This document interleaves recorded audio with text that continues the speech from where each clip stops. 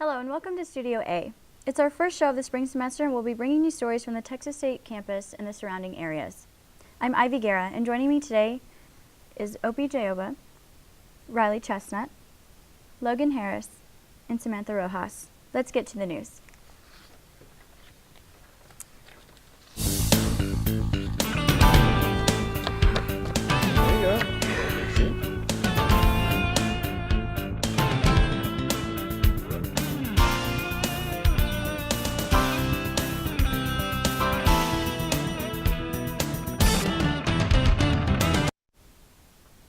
Absences from Texas State have been higher than usual lately. The current flu outbreak has affected us in a big way. This year's flu season has been the worst Hays County has seen in years, with no sign of letting up. Since September, over 9,000 Hays County residents have visited some sort of health care provider with flu-like symptoms. Nearly 2,500 of these cases have been tested positive for the flu. According to the University Star, the flu has seen a 2,000% increase before Texas students have returned from break. Texas State Student Health Center Dr. Emilio Caranco tells us what we can do to help prevent and spread the virus. Again, I think that it's not too late to get the flu vaccine. That's where I would start in terms of prevention. I think covering your coughs and sneezes, being sure to wash your hands, use hand sanitizer before you eat or you touch your face is very important as well. Staying home if you're sick. I mean, this is one of the toughest things because our students, I think, feel a lot of pressure to be in class. Caranco also says that we should expect a couple more months of flu activity, especially in the different types of flu like H1N1. The first step in prevention of the virus is getting vaccinated.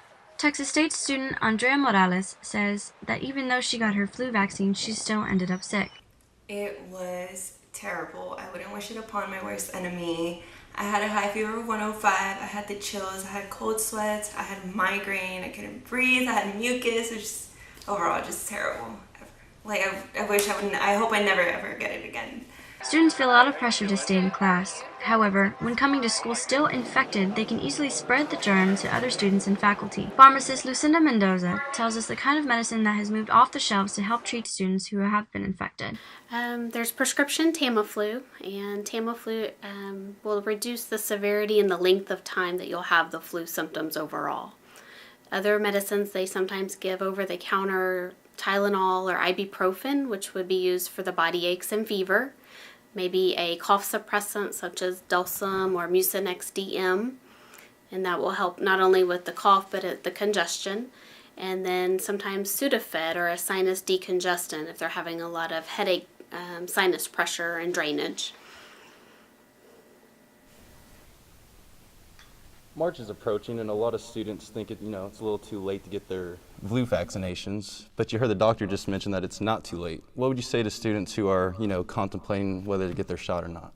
Well, since the flu vaccine is only about 25% effective in adults and then 65% effective in children, I say it is better than nothing to get vaccinated. It still protects against other strands of viruses and things like that. So I think that's just as important as washing your hands every day and, covering your coughs and everything like that. The Me Too campaign has taken the world by storm, with recent allegations of sexual assault being brought to light. Our own university has played part in this rise of movement. Lauren Fisher has more on the story. Texas State University is one of the many campuses across the country taking part in the Me Too movement. The movement, which started as a viral hashtag, has spawned several student groups that are fighting against sexual harassment and assault. Men Against Violence rallies behind the message of Me Too. A lot of times people felt like they would be criticized when coming out, explaining that they were a victim or a survivor. They felt like they didn't have the opportunity to speak about what had happened in a supporting way. So now with everybody being aware what's going on more frequently, it's giving an opportunity for those that are being affected by it to speak out. They're able to speak out while also being supported rather than criticized like they have frequently in the past.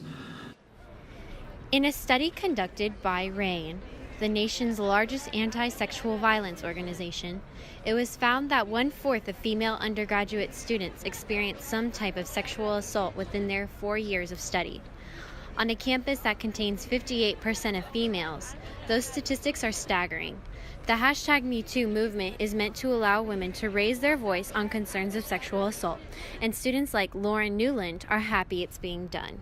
I think it's a really good thing to raise awareness about sexual assault because it's such a common thing, but it's not really talked about, and it's important that it is because it happens even on this campus. There are numerous ways to report a sexual assault on campus and resources for those who have been affected. The University Police Department and Hayes Caldwell Women's Center are two of those resources close to campus. For Studio A, I'm Lauren Fisher. So, Opie, do you feel social media is shedding light on this situation? Yes, I think social media is shedding a huge light on this situation. I feel like because there are historic figures, women, that are speaking out and not being afraid to speak out of their experiences, it's now giving people who are normal people the ability to speak out for themselves and to let people know that women won't take this anymore. So yes, I do believe that social media has brought light on this a whole lot. President Trump has set March 5th as a deadline for Congress to act on DACA, the Deferred Action for Childhood Arrivals plan that would allow undocumented immigrants who came here as children to gain a way towards citizenship. With time running out, a lot of dreamers are on edge. Here at Texas State, the Honors College has put together an exhibit that DACA students express themselves. Riley Chestnut has more on the story. It's not an easy time to be undocumented. Many DACA students are nervously waiting for March 5th to see what unfolds on Capitol Hill. So what are some dreamers doing with that angst? Well, the Texas State Honors College has opened a gallery to help some of these artists showcase their fighting spirit.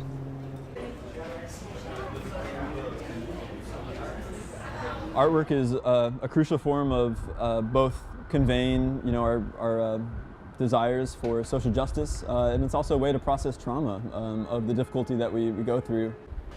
Located in the Lampasas building, this exhibit called We the Dreamers has given students relief through this artistic outlet. So it's like a collection of pieces that culminated from this whole semester of just like turmoil and like inner conflict, and like if it wasn't for the art, I don't know what I would do. So yeah.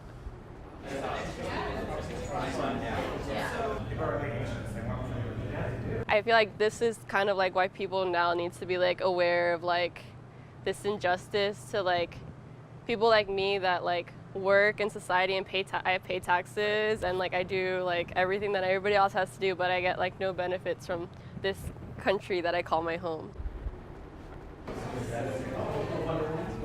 The exhibit will be open Monday through Friday from 8 to 5 for the rest of the spring semester.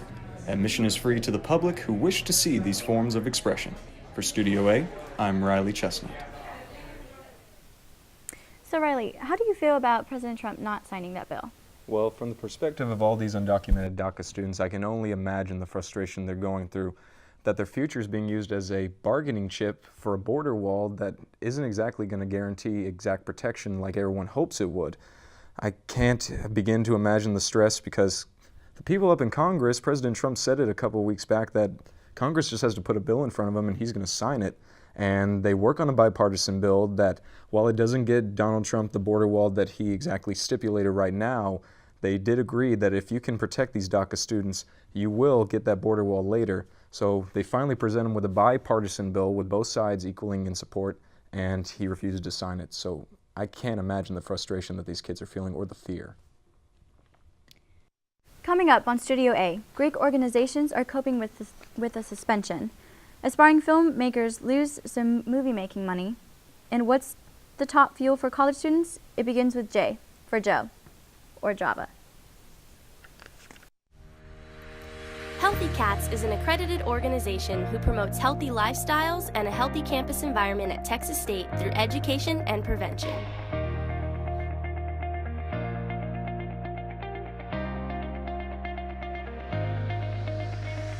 They meet every Tuesday at 5 p.m. in the Student Health Center conference room. Meetings will have guest speakers, others will have special presentations, and some meetings are hands-on, but you can always be sure to count on their healthy yet tasty snacks. Healthy Cats discusses a wide range of topics, everything from mental health to sex ed. They not only hold meetings, but they also do team building, socials, and community outreach. Healthy Cats is a great opportunity for earning volunteer hours, improving public speaking skills, and giving back to the community.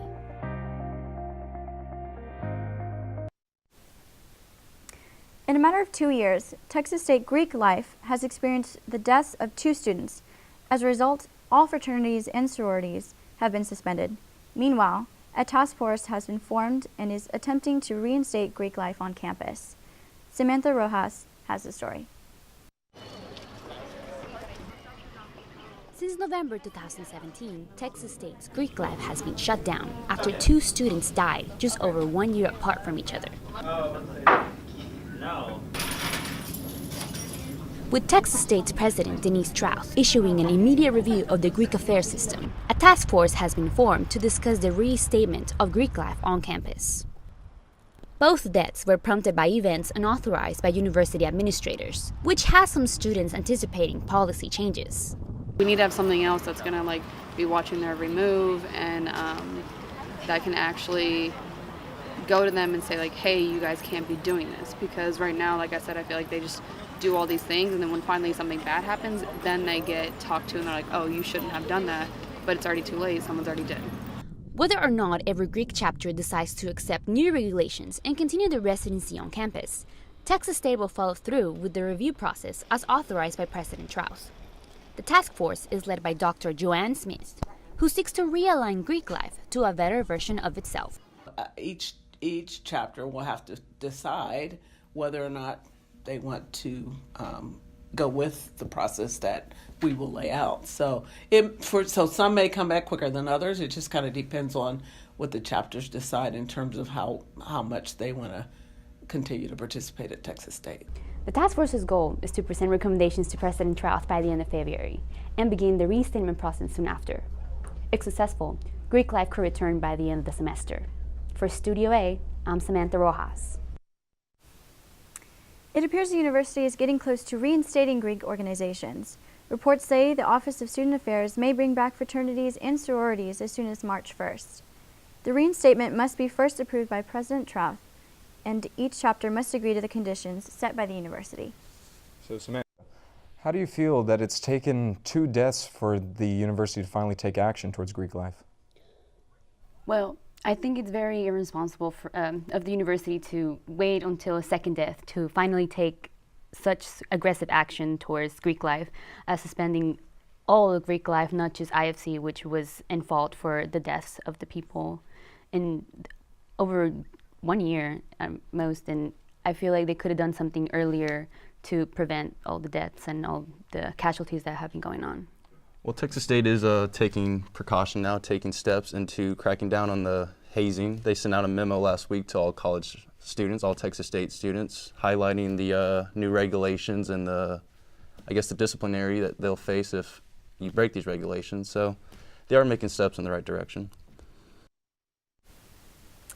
10 or 15 years ago, Texas was a hotbed for filmmaking, but recent cutbacks in financial incentives for the movie industry have meant things aren't what they used to be. Filmmakers used to flock to Texas, lured in part by a hefty incentive offered by the state. But that's all changed. The Texas legislature has cut film incentives from $95 million to $22 million over the last 5 years.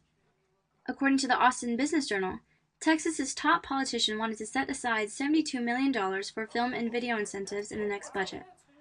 However, due to the budget cut, some agree that the governor could use leftover money from other programs to fund the Texas Moving Image Incentive Program. So, the film industry is lobbying to make that happen.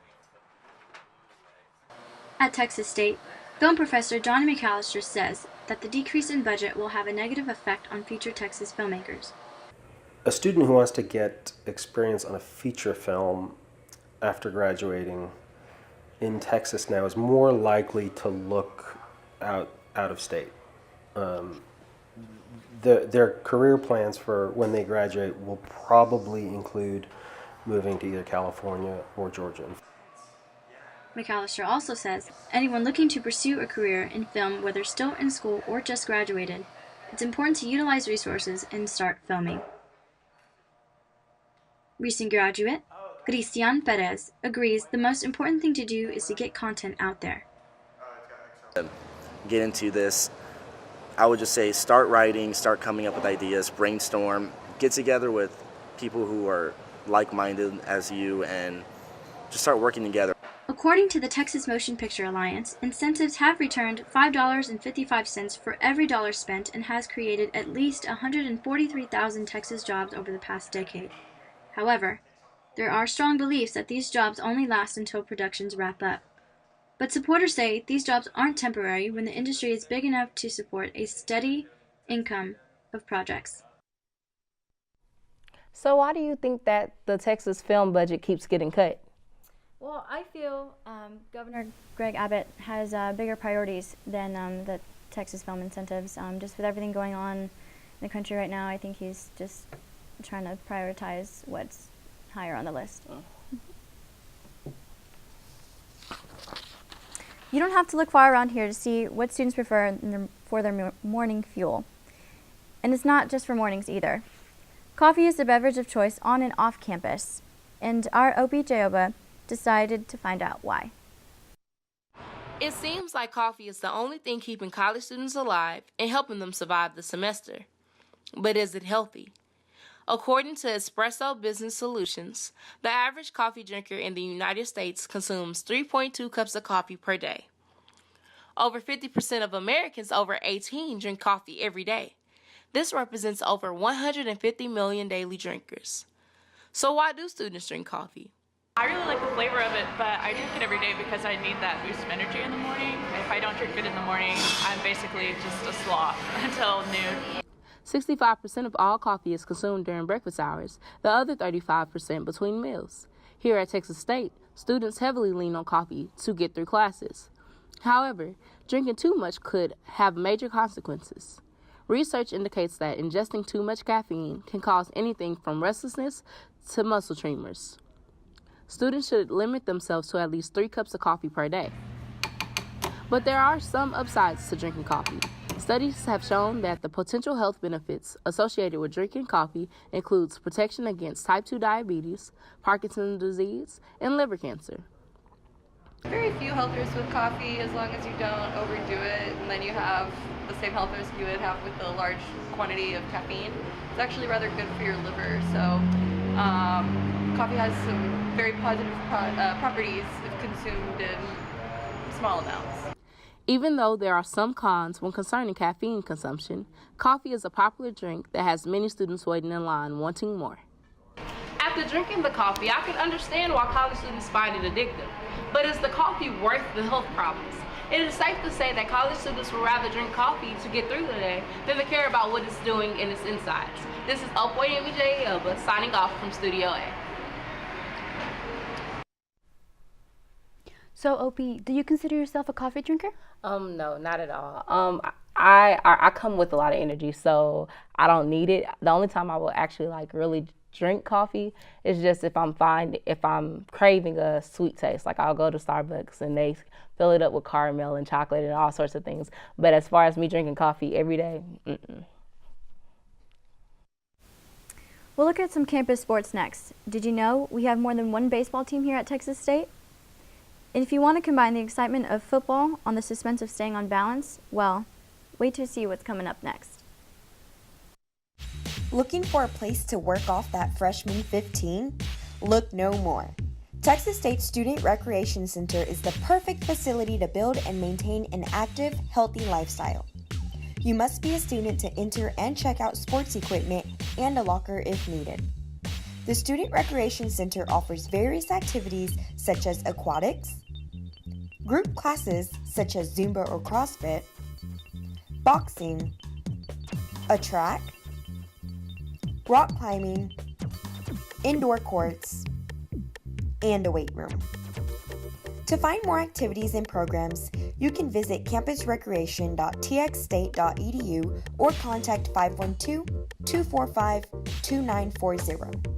The Student Recreation Center is open Monday through Thursday, 6 a.m. to 12 a.m. with varying hours over the weekend. Take advantage of your resources and come visit the Student Recreation Center today. Baseball season is in full swing, but the Texas State Bobcats aren't the only ones ready to take a hit at another amazing season.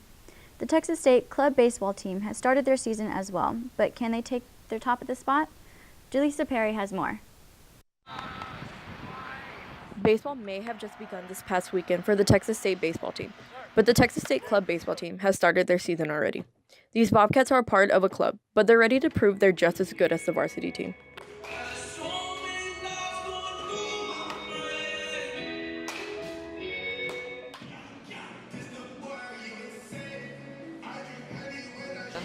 Last year we made regionals and qualified for the World Series for the first time in program history. So we're looking to repeat as regional champions and make it back to the World Series. The club team is a part of the NCBA, the National Club Baseball Association, providing student athletes an alternative opportunity to play the sport they love.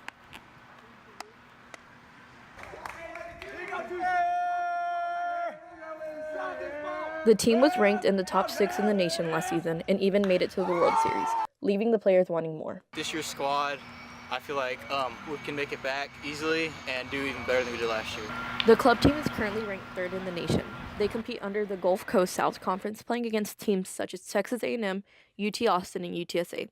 The Bobcats are ready to take the country by storm with hopefully a first-place spot in the league.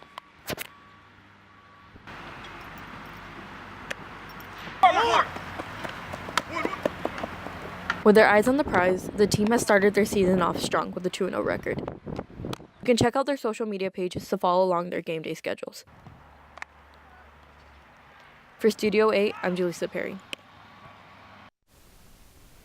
Football can be a complicated game, so why not make it more complicated? Some folks around San Marcos thought it would be a great idea to play football on unicycles. Samantha Rojas went out to one of their games. Helmets, flags, footballs, and most important of all, unicycles. I will make the scene at a regular game of unicycle football. All right, we're going to encourage both teams to do a lot of running.